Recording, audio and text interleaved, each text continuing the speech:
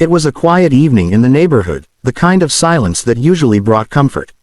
Families were indoors, children were finishing homework, and the soft glow of streetlights spilled onto the pavement. But tonight, that peace was about to be shattered. A group of men, hardened by street life and blinded by arrogance, had chosen their next target. They believed it would be an easy conquest, just another house to vandalize, another place to assert their dominance, another victim too afraid to fight back. The gang had a reputation. They thrived on intimidation, leaving destruction behind wherever they went.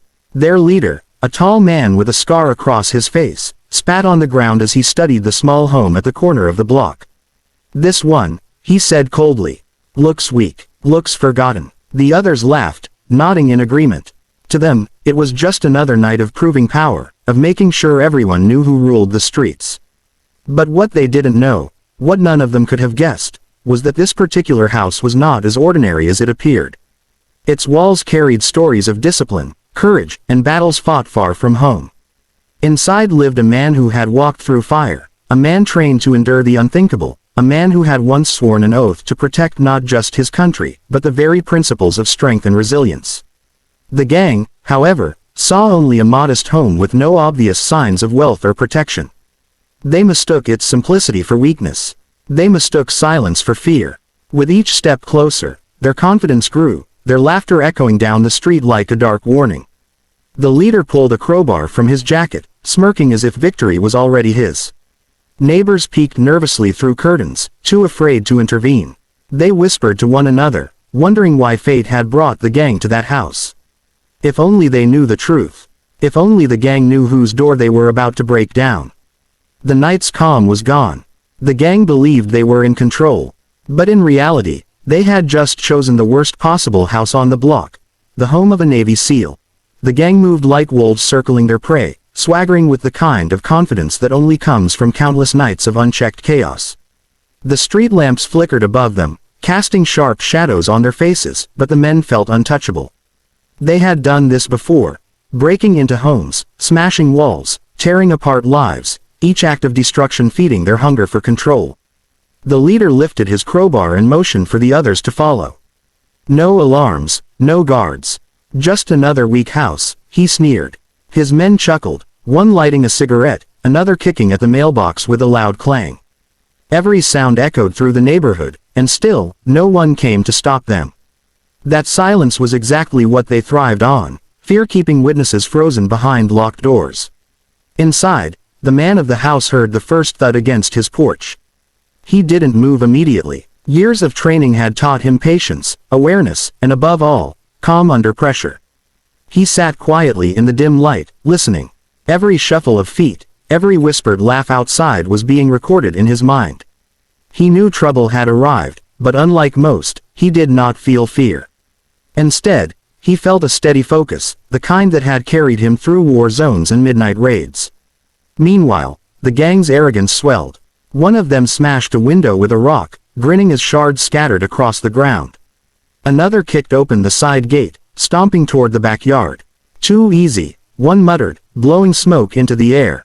Their laughter grew louder, as if mocking the silence of the house itself. But if arrogance was their weapon, it was also their blindfold. Not one of them questioned why the lights hadn't flickered on. Not one of them noticed the deliberate stillness inside. To them, the house looked abandoned, or at least helpless. And so, step by step, they advanced further into danger. The leader slammed his crowbar against the front door, splintering the frame.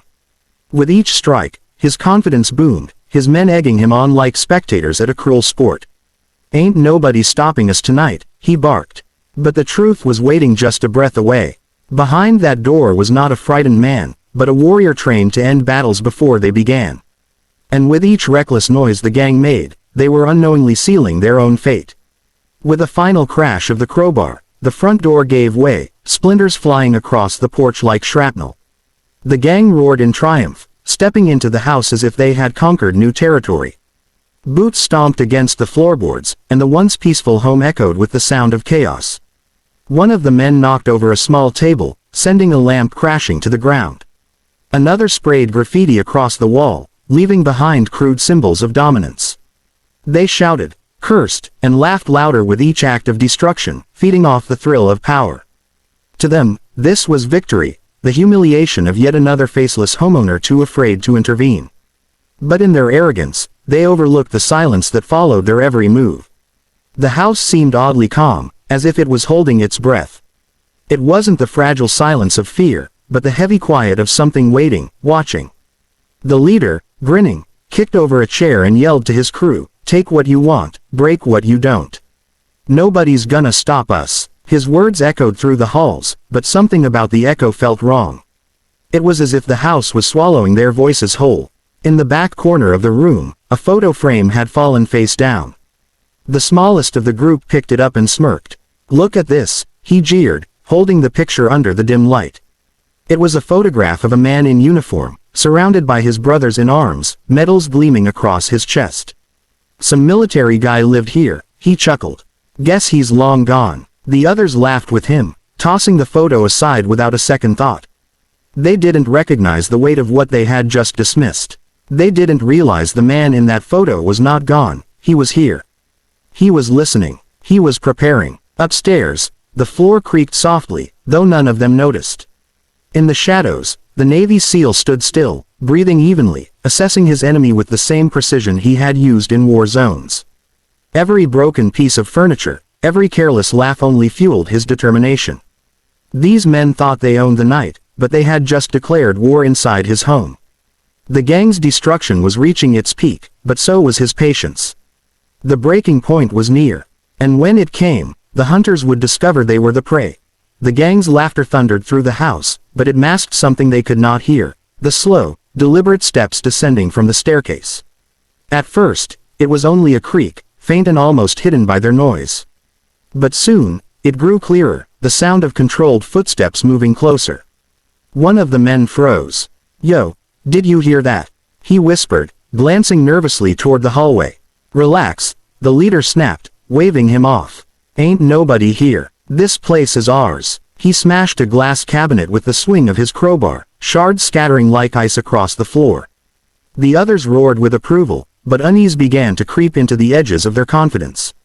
Then it happened. From the shadows of the staircase, a figure emerged, broad-shouldered, calm, and unshaken by the chaos around him. His presence was commanding, his posture sharp, his gaze unwavering. He wasn't shouting. He wasn't trembling. He simply stood there, his silence louder than their destruction. The room went still. The gang exchanged uneasy glances, their earlier bravado fading. Something about this man was different. He wasn't pleading or panicking like their past victims.